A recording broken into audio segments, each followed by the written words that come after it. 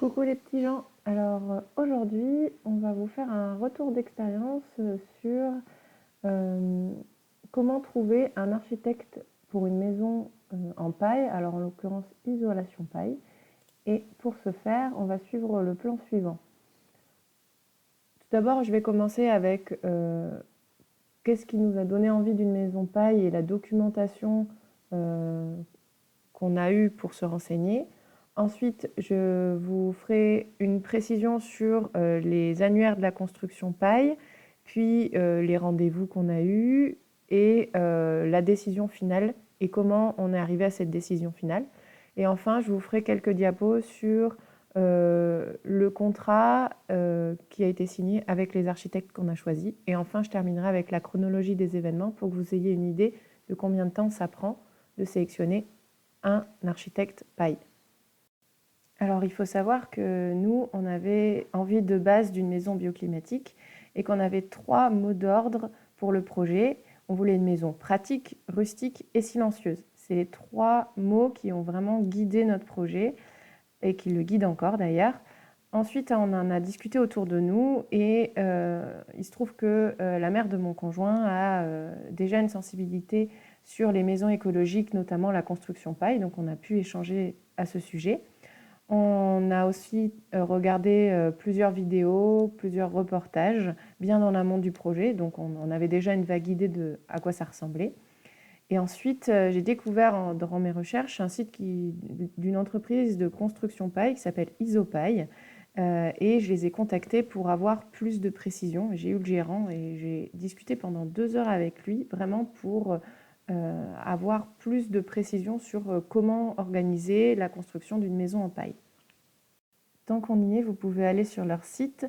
Il y a beaucoup de projets qui sont présentés et moi, le projet qui m'a le plus séduit, c'était cette petite maison locative qui était d'aspect extérieur très classique et pourtant qui était écologique et avec isolation paille. Ensuite, il faut savoir que dans mon ancienne boîte, on m'a offert un super bouquin que je vais vous présenter qui est très complet et qui nous a vraiment enlevé toutes nos peurs sur le sujet. Donc le livre que je voulais vous présenter s'appelle La construction écologique, matériaux et techniques. Lors du rendez-vous qu'on a eu avec notre premier architecte, il nous a confirmé que c'était un livre de référence, même s'il est paru il y a 9 ans. Et donc vraiment, je vous le conseille, il est très complet. Pour vous montrer un petit peu rapidement, alors c'est un livre qui est abordable, je trouve, qui s'est très bien expliqué, bien vulgarisé. Et surtout, il y a des tableaux récapitulatifs qui sont vraiment très pédagogiques. Par exemple, là, c'est une comparaison des systèmes constructifs. Et donc, en fait, vraiment, il t'explique que suivant les paramètres, qu'est-ce qui est le mieux ou pas. Donc, il y a beaucoup, beaucoup de tableaux de synthèse qui comparent plein de techniques différentes, de maisons écologiques, hein, bien sûr, mais voilà, donc ça, c'était vraiment sympa.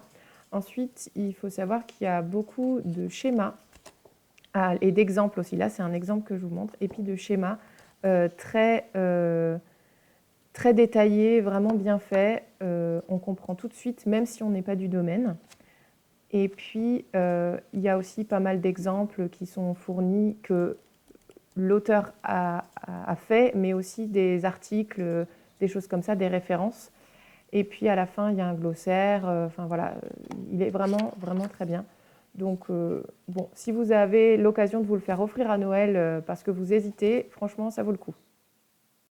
Pour vous présenter les autres références qu'on a utilisées, alors bien sûr, il y a les chaînes YouTube, par exemple Maison Bionat, Immobilier Écologie, Avenir Permaculture, qui nous ont beaucoup aidés. Après, j'en cite d'autres dans le diapo, vous pouvez regarder.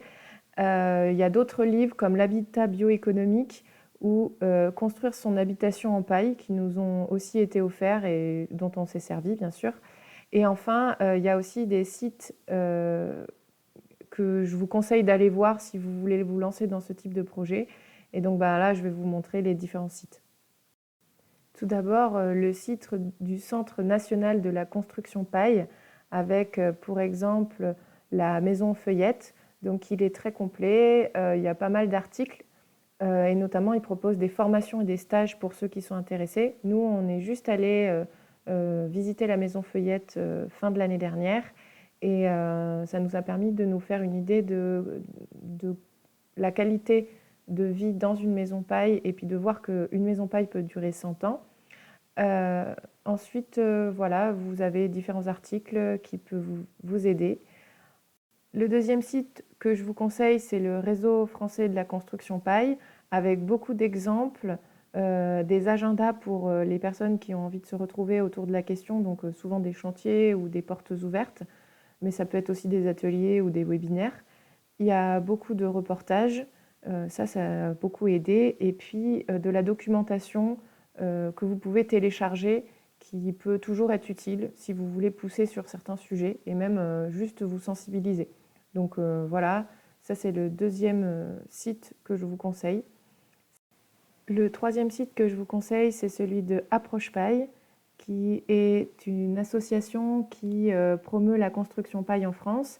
Ils font de l'accompagnement des maîtres d'ouvrage éventuellement et ils proposent des formations, notamment la formation ProPaille.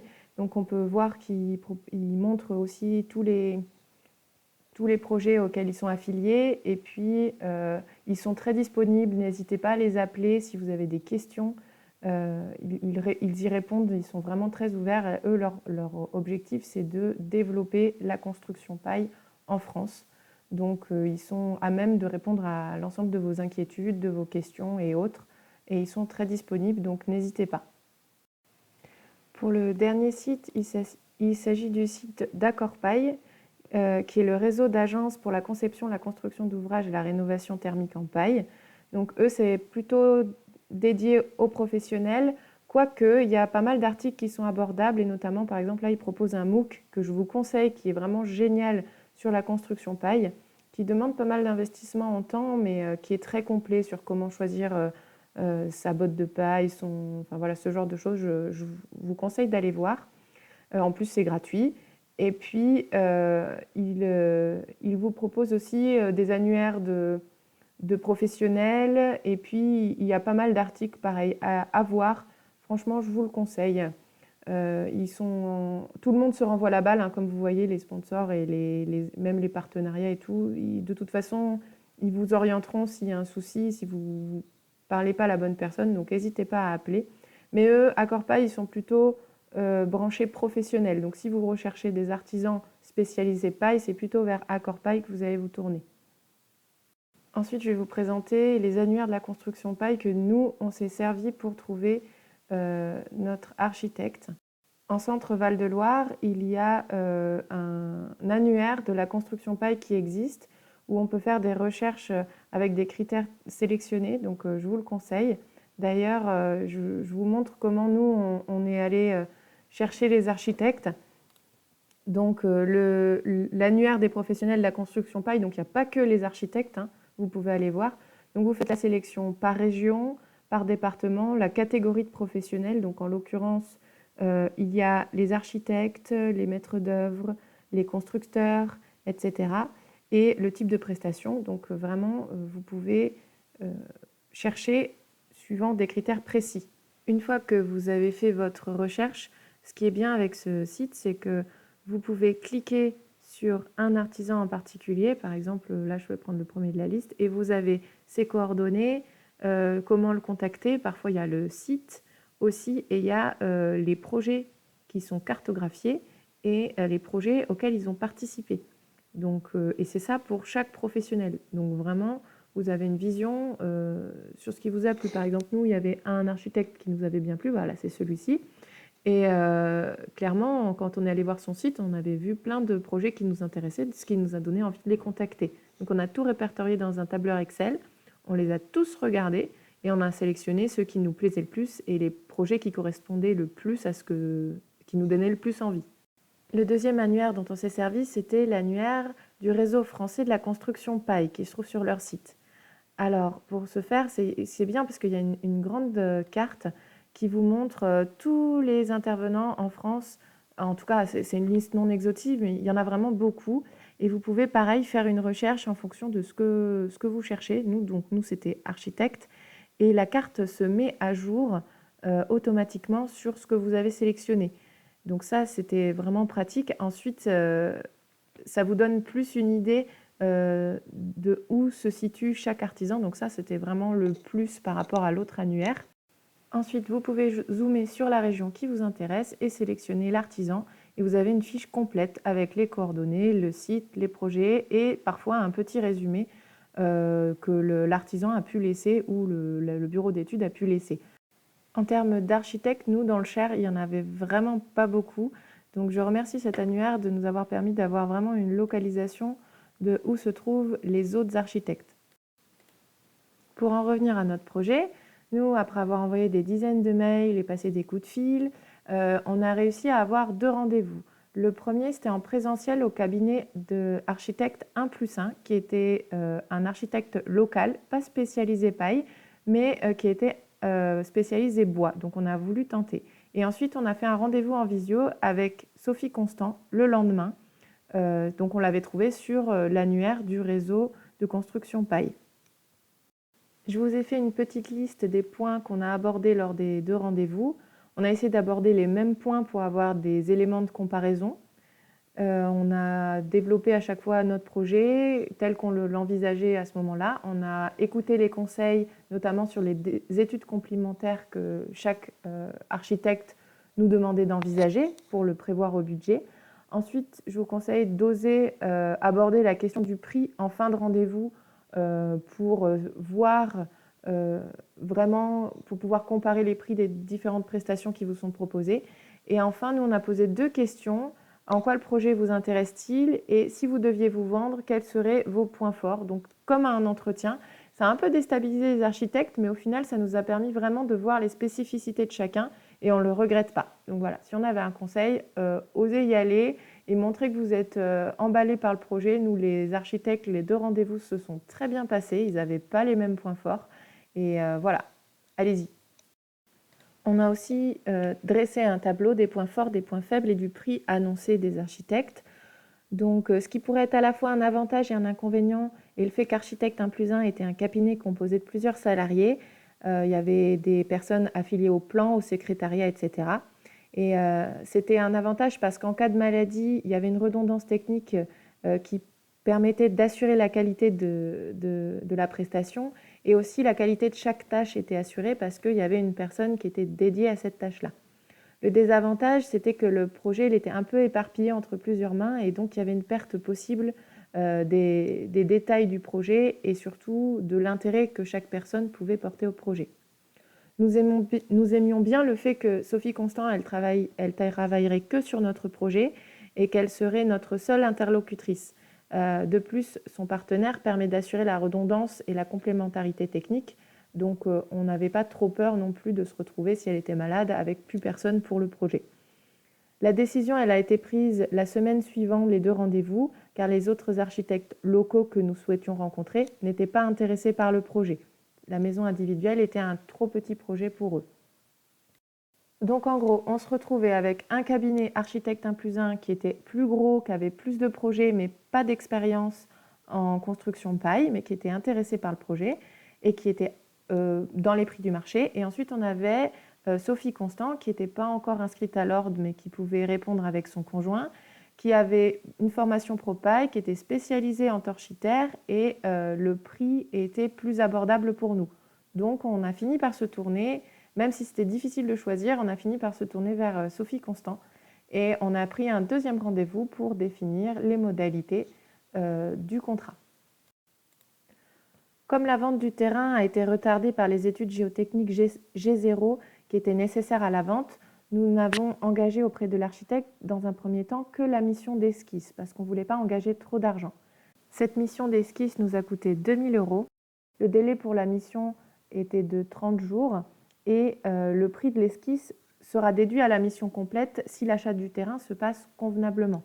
Donc voilà, je vous ai mis un imprime écran du contrat sur l'esquisse et je vous ferai un détail plus prononcé sur l'esquisse dans une autre vidéo. Mais donc voilà, on n'a pas voulu engager la mission complète tout de suite parce qu'on n'avait pas encore signé l'achat du terrain, ce qui est normal.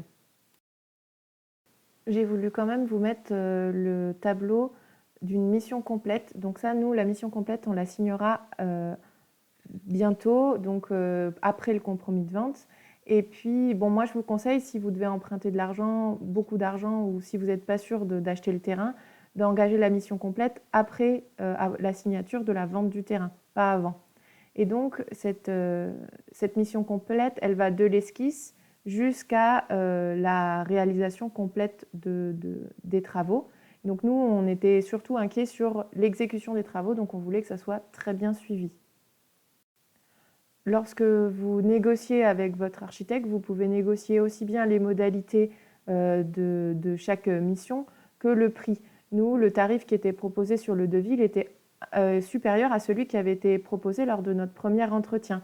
Et comme c'était un paramètre qui nous avait fait choisir l'architecte, ben, on a un peu négocié. On s'est trouvé d'accord assez vite, hein, mais n'hésitez pas à renvoyer une proposition de prix gentiment, en exposant vos arguments. Il n'y a pas de souci. Si l'architecte s'est bien passé dès le début, normalement, il est à même de vous écouter. Pour les plans, on ne s'inquiétait pas trop parce qu'on savait exprimer ce qu'on voulait et j'utilise le logiciel Sweet Home 3D pour faire divers plans de maison. Donc j'avais déjà des bases pour exprimer nos envies. Par contre, nous avions surtout besoin d'un maître d'œuvre qui suive de très très près les artisans pour éviter toute malfaçon. Parce que je connais beaucoup de collègues qui ont eu des malfaçons dans leur construction et je voulais surtout pas que ça nous arrive. Je vous détaillerai le résultat de chaque étape des architectes au fur et à mesure de leur exécution. Et donc pour finir, je vous présente la chronologie des événements autour de la recherche de l'architecte. Au début, on pensait qu'il faudrait le permis de construire pour acheter le terrain.